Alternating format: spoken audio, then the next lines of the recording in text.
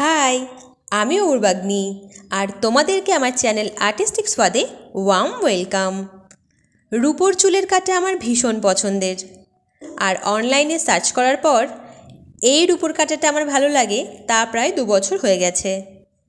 এর মধ্যে অ্যাভেলেবেল একবারও শো করেনি, তাই চেষ্টা করলাম সেটাকে একটু রিক্রিয়েট করার। আমার সবথেকে বড় ভুল হয়েছে সাধারণ ক্লে ইউজ করায়। এটা শুকানোর পর একদম হালকা শোলার মতো হয়ে যায়।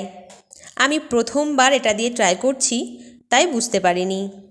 তোমরা মোল্ডেড ক্লে ইউজ করো, তাহলে জিনিসটা বেশি দিন টেকসই হবে।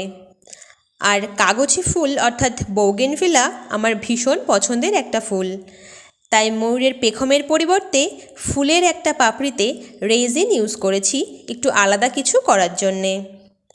ক্লেগুলো শক্ত হয়ে যাওয়ার পর কালো ফেব্রিক কালারের একটা কোট করে নিয়ে ভালো করে শুকিয়ে নিয়েছি।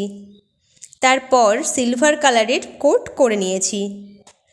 এই সময় চেপে চেপে কালার বসানো যাবে না, হালকা হাতে স্পঞ্জের সাহায্যে কালার বসাতে হবে, না হলে সিলভার ফিনিশিংটা ভালো আসবে না।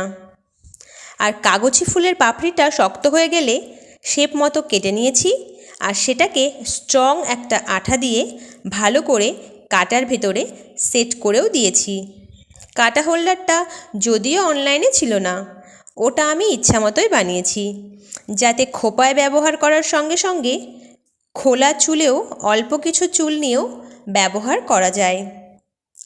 যদিও ফিনিশিংটা পুরোপুরি আসেনি, কিন্তু আমার ভীষণ পছন্দ হয়েছে। তোমাদের কেমন লাগলো কমেন্টে জানিও।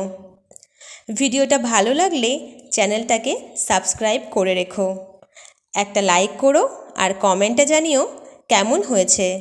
পারলে বন্ধুদের সঙ্গে শেয়ার করো। Thanks for watching.